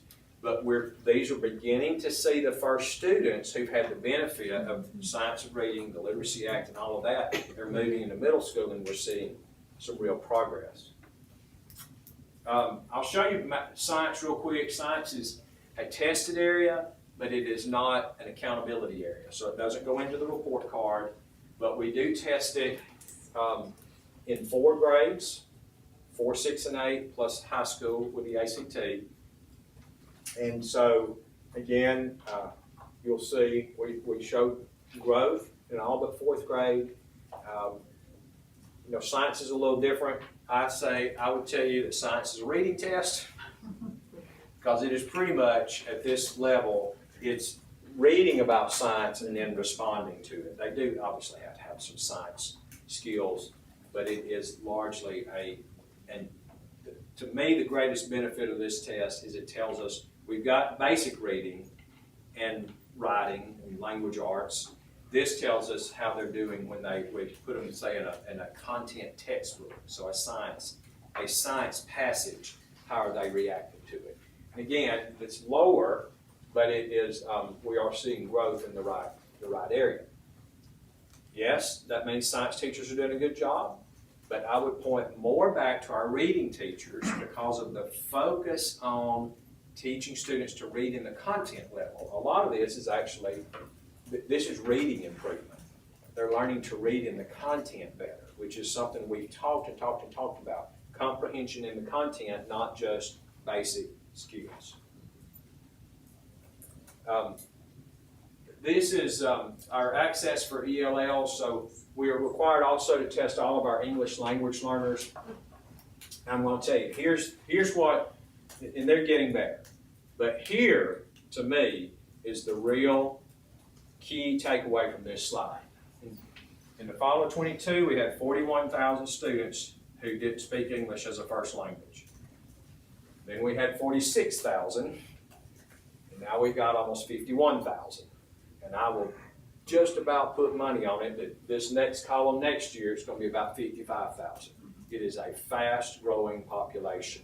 Are they doing better? Yes. We actually see that students, though exiting the program means they score well enough on an English language test that they no longer require support services.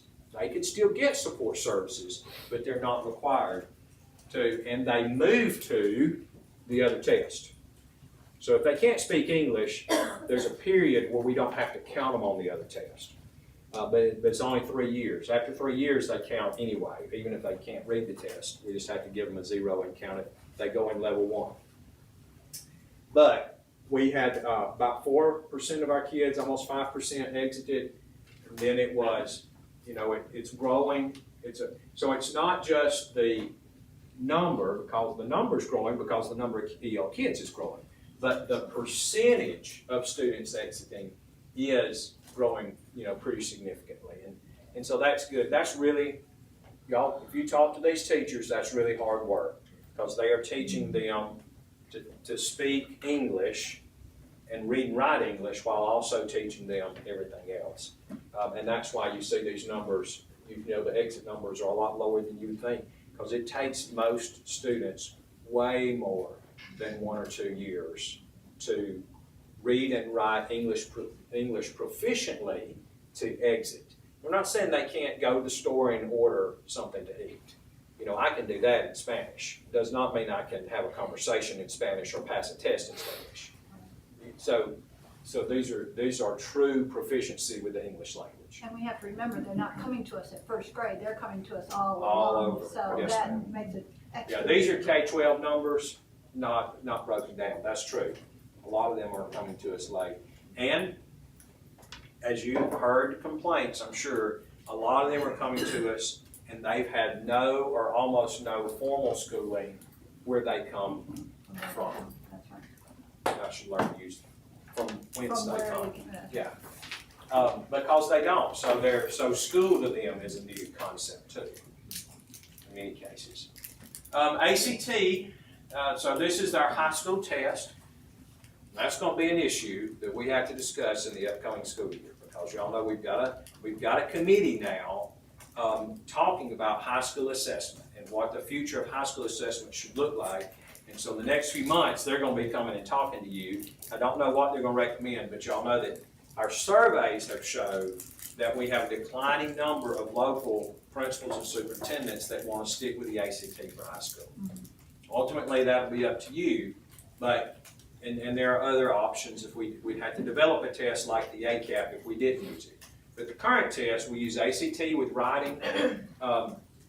We did have, you might have heard, we had a few issues this year with writing that, not a lot, but we had some students that they're writing, so they didn't, basically they didn't do the writing component, and it kicked out their whole ACT score because they didn't have a writing, and you're supposed to have a writing. I mean, it is ACT with writing.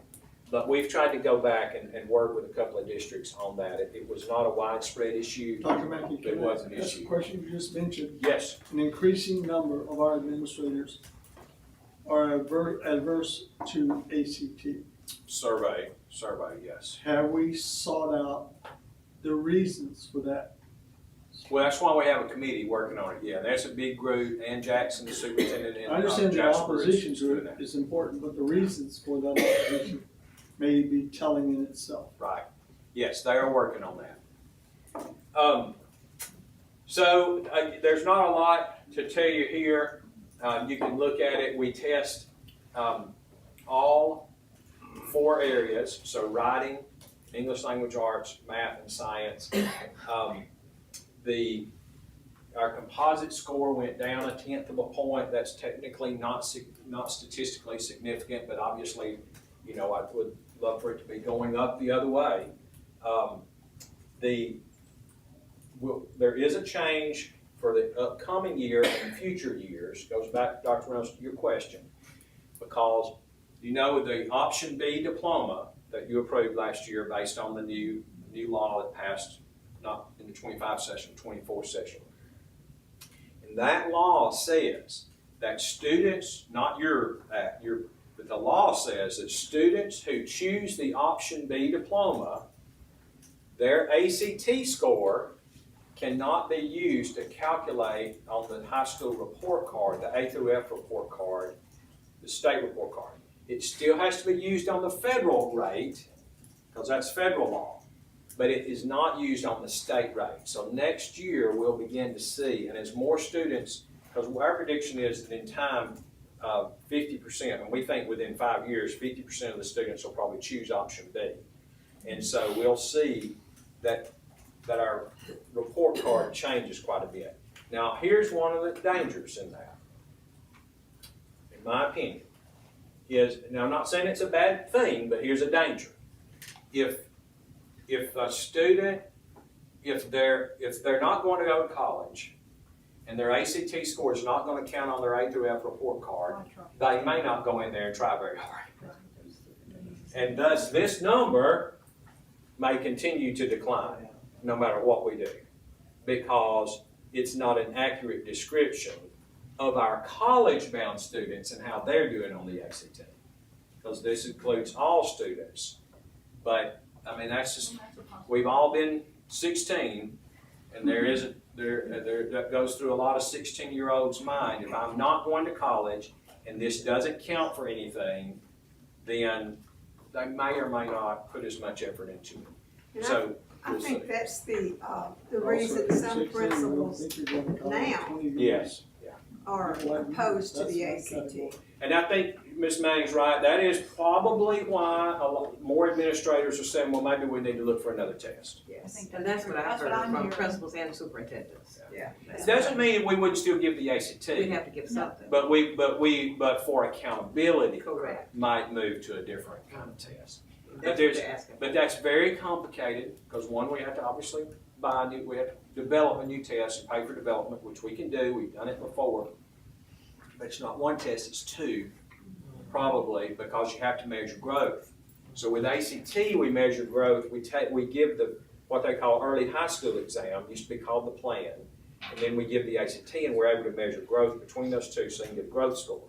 So if we go to developing our own high school test, like a high school ACAT, we'll have to give it twice, okay, so they have a growth score, or we have to measure growth from the 8th grade test, which is also legitimately possible. So you can give a new test in 9th or 10th grade and then measure growth back to 8th grade. Every year you don't test, it becomes statistically more difficult to measure. So let's say we gave a test in senior year and we tried to measure growth from 8th grade. Well, you hope your seniors are going to grow from 8th grade just because they're more mature. But it's harder to measure that growth in an academic way because there's been too many years in between the tests being given. So we need tests that would be closer together. So like if we might could do 8th and 10th, or you could do 9th and 10th, or 8th and 9th. Federal law just says you have to test every student in reading. We go beyond that because we test the whole battery. But federal law just requires reading, math, and science once in high school, and every year in grades 3 through 8 in reading and math, and science at least twice in the years 3 through 8. And we do 3, so we actually add an extra science test. We do it every even year, and we add the writing and ELA component through all the grades, which is not required. We're only required to do reading. Y'all remember, some of y'all remember, I've made a big pitch for you all. We need to test kids in writing and grammar, not just reading, or I was afraid we really would narrow the focus too much. So as we move on, ACT work keys. This is the other test we give. Most seniors take it, but they're not required to take it. They can use this to demonstrate college and career readiness if they score, is it silver? Silver, gold, or platinum? Yeah, silver counts, bronze does not count.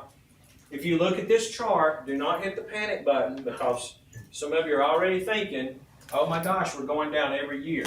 This is the number taking it, not the scores. So what we're seeing is a reduced number of students. You look at all three, the columns, 23, 24, 25. 25 is lower than 24. 24 is lower than 23. What that says is schools are not giving the test as much. Why would they not be doing that? Because we have expanded the options for college and career readiness. We've got growing dual enrollment courses. We've got growing AP courses. We have growing certifications they can get, like a welding certificate. They don't have to use this. So early on, this was one of the very few ways they could demonstrate CCR. As we've expanded the options, more of them are pulling back on this. But it is a very good test. It used to be required. You all know that. We used to require it. A lot of superintendents said we're requiring too many tests, and this is one the feds did not require, so the board came back and said, well, we're going to offer it, but not require it. But we actually have some conversations with ACT. They're kind of redoing the test. Have a conversation coming up next month with them about that. They own the work keys, but it is not the regular ACT, and you don't take them at the same time. Long-term trend assessment. This is a NAEP that nobody knows about, but they do a long-term trend assessment, and that'll come out. You're going to see an article in the Wall Street Journal about it, and if I know when it's coming, I will let you know ahead of time. But as of last year, or the last time it came out, board members say, why is there these NAEP data in the national news and you haven't told us about them? Because I didn't know when they were being released. But we don't get it state by state. This is national trend only. It's what they call the long-term study. So it's only national data, and we don't see it state by state or city by city. 25, 26 operational assessments. We will be giving these this year, grades 4 and 8. Math and reading will be again in the winter, and we'll have 175 schools. Most of them give it in January. They have a window, and the principals will be notified on July 17th. But again, we cannot publish the schools, so you won't necessarily know which your schools are doing. It's a weird thing because it's not illegal. If Ms. Manning's the principal, it's not illegal for her to tell people my school's giving a date this year. It's illegal to compile a list. And so, yeah. The grade 8 civics and U.S. history test, again, we have 7 schools that were selected to take the test, but we don't get statewide data. This is a national data. So again, it's good to have, but because there are only 7 schools in Alabama taking it and they're mixed in with the whole country, it doesn't give us a lot of actionable feedback. Well, I may be at the end. I am at the end. So, any questions about that? Again, we'll have district and school level data next month. I'm looking back at my agenda because I do have a few of the updates. Questions about any of that? I will be, so next month we'll be kind of back on a regular schedule. I mean, this is a regular schedule. It's regular for summer, but it's just not like the school year. But I want to mention to you the retreat. So the retreat we're only about 5 weeks away from. It is scheduled. It's on the agenda y'all approved last year. So Wednesday, August 27th. So here's what we have planned right now to go to American Village. And we've talked to the village. Chuck's been working with them. So the plan is we don't have you a hotel yet, but we'll find a hotel in that South Birmingham area.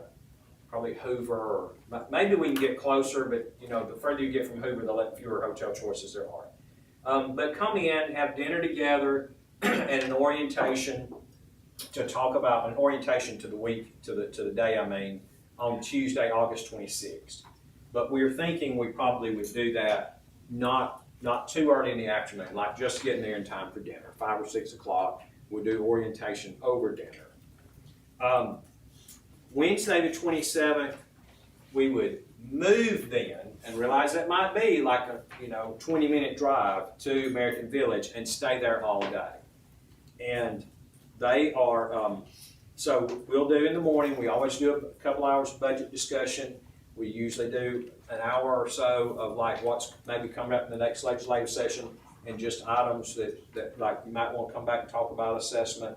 But we'll have another board meeting and work session between now and then so we can kind of work on those details.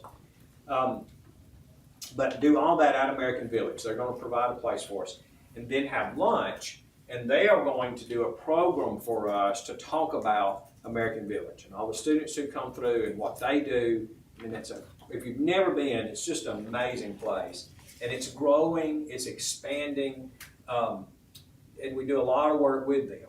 Last month, Dr. Busman came and talked about the American 250. I mean, all that work's going on in cooperation with American Village. We're doing a civics initiative with them. So we felt like we needed to introduce board members to it if you haven't been there. And then they're going to give us a walking tour after lunch, and we'll kind of try to wrap up by 2:30 or 3 that afternoon. So what we've done is shift, because the last maybe 3 retreats, we put like coming in at 3 o'clock on Tuesday, but then we were done at lunch on the next day. And nobody's complained, but we did get a little bit of, that really takes 2 days because you got to drive. And so then we said, well, what if we just kind of start 5 or 6 o'clock, and then I know for like Ms. Ziegler, that's still a long drive to Birmingham, but you're not leaving quite as early in the morning. And then the next day, what we're taking is that couple of hours we were spending on Tuesday afternoon and just tacking it on to Wednesday afternoon. So really it'll be a longer day on Wednesday, but it keeps everybody from having to get up there quite as early on the day before. So we're working on an agenda there. We're very excited about the place, though. Those allocations, we've already started sending the letters out. Here's how much money you're getting this coming year. But for the ones that got held up, they are being reviewed, And it's a bit of a back and forth because the letter came from the Department of Ed, or the notice did, but they are referring all the questions to another federal agency, Office of Management and Budget. And Management and Budget says, we're not saying you're not gonna get the money, we're just reviewing the use of funds before we send them. So we're not, I mean, we're just gonna have to, it's just like the last one, it's a long game. We'll just continue to stay in touch with them. But a couple of you this morning have asked me, are there any updates? And there are no updates since last week. Zero information has come out since what I sent you at the middle of last week. But I felt like in a public meeting, it was important to acknowledge that we're working through that with the Department of Ed, and then with them, the Management and Budget Office. We don't have direct communication with Management and Budget. Department of Ed is our conduit. Are all other states experiencing the same Yes, thing? ma'am. Yeah, all the states got the exact same notice. And I will say, and would like to say, now you've read in maybe the national news that the director of OMB, I mean, this is nothing secret, he says that some of the states have, they believe, misused the money and actually named some examples. None of those apply in Alabama. We have no indication that any of those things. I mean, if somebody thought that we were, and nobody's made any accusation toward us, it's just they've frozen every state's money until they work through this, which makes me think that we will ultimately get our money. Problem is that a lot of that's going to pay expenses starting immediately. I mean, you can start July 1st paying expenses with it. And if the money doesn't come in for 6 months or 4 months, then some of these programs may go away, or they may not do an after-school program because they're not sure if they're going to get the money for it. And then, of course, there's always the supplement supplant issue, which we've been working through. Nobody has a really good answer for that, if it's supplanting or not, if the money comes in after the money's been spent. So we're working on that. Anyway, it's just an open issue. It is only $68 million, and that's hard to say. But we got a multi-billion-dollar budget. The first was reported in the national news that Alabama was losing about $300 million, but most of the money is higher ed money. So I'm not saying that number's not right, but that it's Pell Grants, it's other things that are also being held up. That for K-12, it's only $68 million, and and there's not going to be mass layoffs, or aren't going to be any schools that don't open, but there may very well be some changes. There may be some after-school programs that don't exist, or start charging tuition instead of being free, and those kind of things. But we'll work through it. If we get updates, I promise I will send them along to you. But anyway, through glitches, we move on. Those are the only two things I can think of. Anything else? Madam President, Vice President? Congratulations to Kelly Mooney for being our pro tem, and thank you all from me for your vote, and I appreciate it. And is lunch served today? Lunch is served. We have a great summer lunch upstairs. Waiting on a great summer lunch. Thank you all for being here. So we're good. We're not coming back, though. I just want them to know we're coming back. Okay. I'm not coming back. You're not coming back. Sorry. Really trying to take over my slideshow. I wouldn't let that. You said it I know. to me. I